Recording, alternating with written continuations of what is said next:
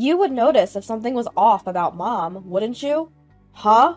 You, who does nothing, shouldn't interfere. They say siblings are different people, but how could I stay silent when our dear mother is not herself, and my brother is saying stuff like, "Stop sticking your nose in our business when you only send $100 a month." Families come in all shapes and sizes. In my case, it just so happened that our father wasn't around. I don't remember my father because he died in an accident shortly after I was born. And my mother, who continued to love my father, never remarried and raised my brother and me on her own. She must have faced a mountain of hardship, yet she never let us see any of it, always greeting us with a smile. Now, as an adult, I want to do everything I can to repay her kindness. My name is Lisa. I'm a 43-year-old working mom with a high school-aged son. My brother Mike is 45. He's married, but they don't have children. Our mother, now past 70, has long since retired and is living on her pension. I was worried about my mother, but I felt relieved knowing that she was living with Mike and his wife. We can only visit during the Christmas holidays, but they seem to be getting along well, and my mother appeared to be having a peaceful retirement. But recently, I've started to worry. Due to the societal circumstances these past few years, I couldn't visit her as often. Sometimes we video chat online, but I've noticed that she seems to lack energy. She's already quite old, and I think she should go for a checkup. But she hasn't been too eager, so I decided to call Mike. Mike and his wife don't have any children, and his wife is a homemaker. I don't want to impose on them, but I thought I would ask if they could take Mom for a checkup. "Hi Mike, it's been a while. I wanted to talk about Mom." "I'm busy right now. Let's talk later." And he hung up. So I tried calling again during the weekend. "Hey Mike, do you have time to talk? I'm concerned about Mom. I have a terrible headache. Let's talk some other time." He hung up again. If I send a text, it's just read and ignored. If this keeps happening, even I will lose my patience. If he's busy or not feeling well, he could call back when he's free, right? If he doesn't like calls, he could at least reply to text. Well, I can't be too demanding, because they are the ones taking care of our mom. Yes, I can't be there to take care of her myself, but at least I'm sending money. I've been sending $2,000 from my salary every month to Mom. I've never reported this to my brother Mike. Although, I can't imagine he doesn't know. Maybe I should take the time to have a thorough conversation with Mike. One day, while mulling over these thoughts, I got a phone call. Wait, it's from my sister-in-law. That's rare. Mike's wife, Brenda, is the same age as him, and she's a full-time homemaker. We don't really mesh well in conversation, so we can't exactly say we're close. Not that we're on bad terms, but we rarely contact each other. If there's anything to discuss, it's always through Mike. I tilted my head in confusion as I answered the call from Brenda. Lisa? What's the deal with this month's money transfer?" This was the first thing out of her mouth. I remembered it was annoying dealing with her, but her words reminded me. I had passed the usual date for the money transfer, so Mike and Brenda were aware of my contribution after all, I thought. At the same time, I couldn't help but wonder if Brenda was the one managing it. "I'm sorry, I've been so busy, I completely forgot. I'll make sure to transfer it by this weekend." "You can transfer money online these days. We're taking care of your mother, you know. Don't tell me you think this is a free volunteer gig." "I don't think of it like that. I'm always grateful to Mike and you, Brenda." "Really?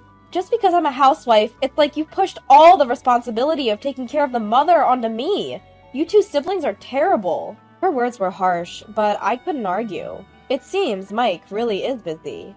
But from Brenda's point of view, it's all complaints because she's left to handle everything at home. And I, being so far away, am neglecting my responsibilities towards our mother. "If you're not going to do anything, at least make sure to pay your share. Make sure to transfer it by tomorrow. Got it?" Yes, I understand." As the call ended abruptly, I let out a deep sigh. She's not wrong. Since I can't do anything else, the least I can do is ensure my payments are timely. The next day, I notified my work that I would be late and rushed to the bank for the transfer. A few days later, my mother called me. I picked up the phone, wondering if she had confirmed the deposit. "Mom? What's up?" "Oh, Lisa, how are you doing? I'm sorry to bother you, but could I ask for a little more money just for this time?" What? What my mother told me after that was astounding. As soon as I ended the call, I took action. After getting approval from my husband, I put in for paid leave at work. As soon as everything was in order, I boarded a plane. My destination was my childhood home, in a far-off land. Mom! What happened to you? Upon arriving home, I was lost for words at the sight of my mother, who had come to greet me. I couldn't tell over the video calls, but seeing my mother in person after a few years, she had lost a significant amount of weight. Well, I understand she's older, but the degree of her weight loss is alarming. Are you not hungry? No, I definitely have an appetite, but there's no food. What? We don't have money, so there's not much to eat.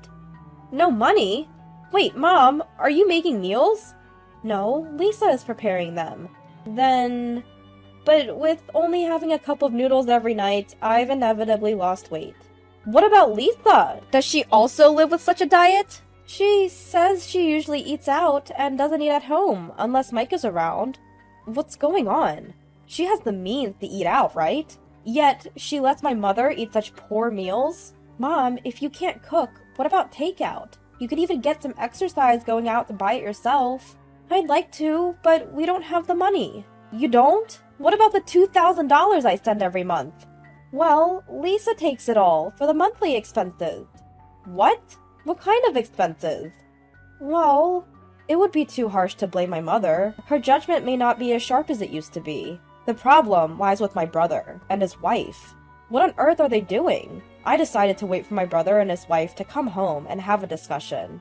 Huh? Why are you here? These were the first words out of my sister-in-law's mouth when she returned home. It's been a long time, Brenda. I hope you've been well. What's the deal? Suddenly showing up? You know it's rude to just drop by, right? No, but...